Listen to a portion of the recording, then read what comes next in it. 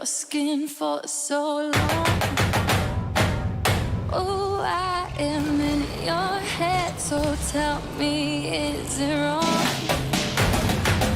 Oh, you fell under my spell, so well, so well. Oh, you fell under my spell, so well, so well. You fell under my spell now, my spell, my spell. You fell under my spell now, my spell.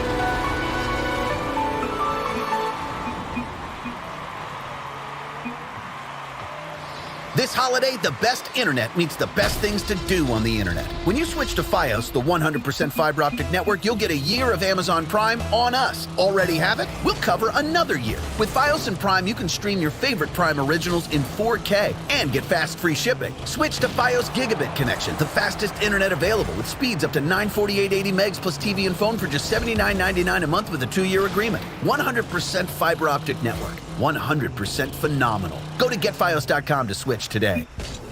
Premium gives you uninterrupted music and unlimited skips, all at an unbelievable price. For a short time, it's only 99 cents to join Premium for 3 months. Now, when you're listening to your favorite songs or playlists, there'll be no more ads to get in your way. Plus, you can skip as much as you like. And hop. And jump. No one will judge. Tap the banner to get 3 months of Premium for 99 cents.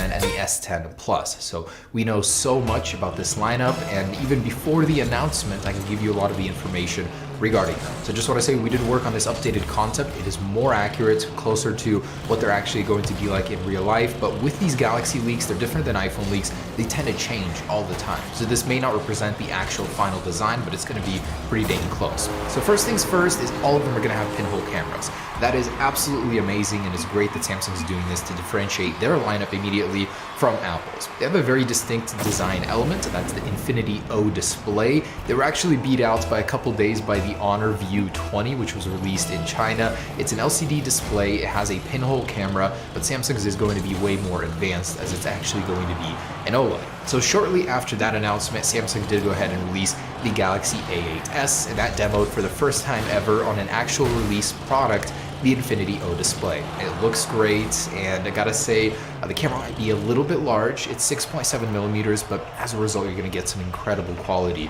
from the selfie camera. Currently on iPhones, I think their selfie cameras absolutely suck, so I don't mind. I actually welcome the larger pinhole camera here in that design. So Samsung might have been beat out to be the first one to introduce a pinhole camera, but they're going to introduce the first pinhole camera with an organic LED display.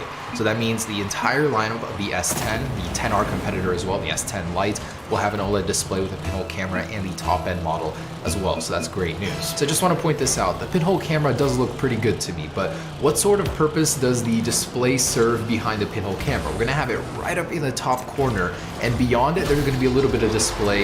It'll be absolutely useless. Maybe they can do like a strobe or something around it when the camera is working, but otherwise, that display behind it is wasted space. Still though, I would prefer that over the notch. How about you guys? What do you think? Would you rather have a notch or the camera exactly in the middle, or would you rather have it off to the side? And about the Samsung Galaxy S10 Plus, earlier we heard it would have a dual lens front-facing camera setup.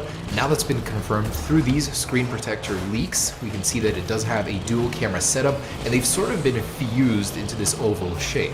Now that is because one of the cameras is going to be larger than the other, and they had to do this to make it more even. Another question for you guys, would you rather have the cameras be separate, or would you rather have them be fused like this on the S10 Plus? Personally, I think it makes the Galaxy feel more distinctive, instantly like the notch on the iPhone. You're gonna look at this thing, you're gonna know instantly it's a Galaxy S10 Plus, and from a design perspective, I think that's brilliant on Samsung's end. So what Ice Universe says is that this is the actual design. It's going to be very costly for these screen manufacturers that are making these screen protectors to be wrong, because the manufacturing process to develop it with the curved edges is very difficult, and they'd be losing a lot of money if they were to print all of these screen protectors or make them and have them be wrong. So he's saying just because of that, that's confirming the design just from this angle. Also, a question that Ice Universe asks, and I'd like to know your opinion on it, I know I'm asking a lot, is would you rather have that dual lens camera setup be exactly in the middle or off to the side how it's going to be on the S10 Plus? Personally, again, I think it's great off to the side.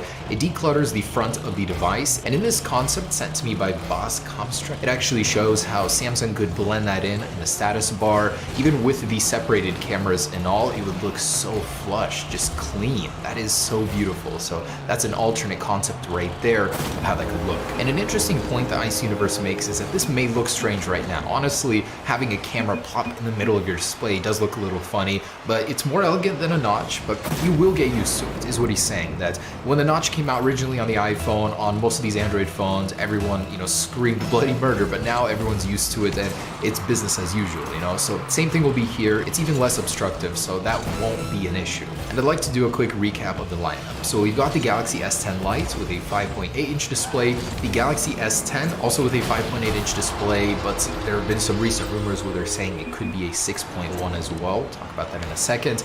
And the Galaxy S10 Plus with either a 6.3 or a 6.4-inch display. So this is what we're looking at. They're all going to have different setups regarding the cameras. The S10 Plus will have the dual lens front facing.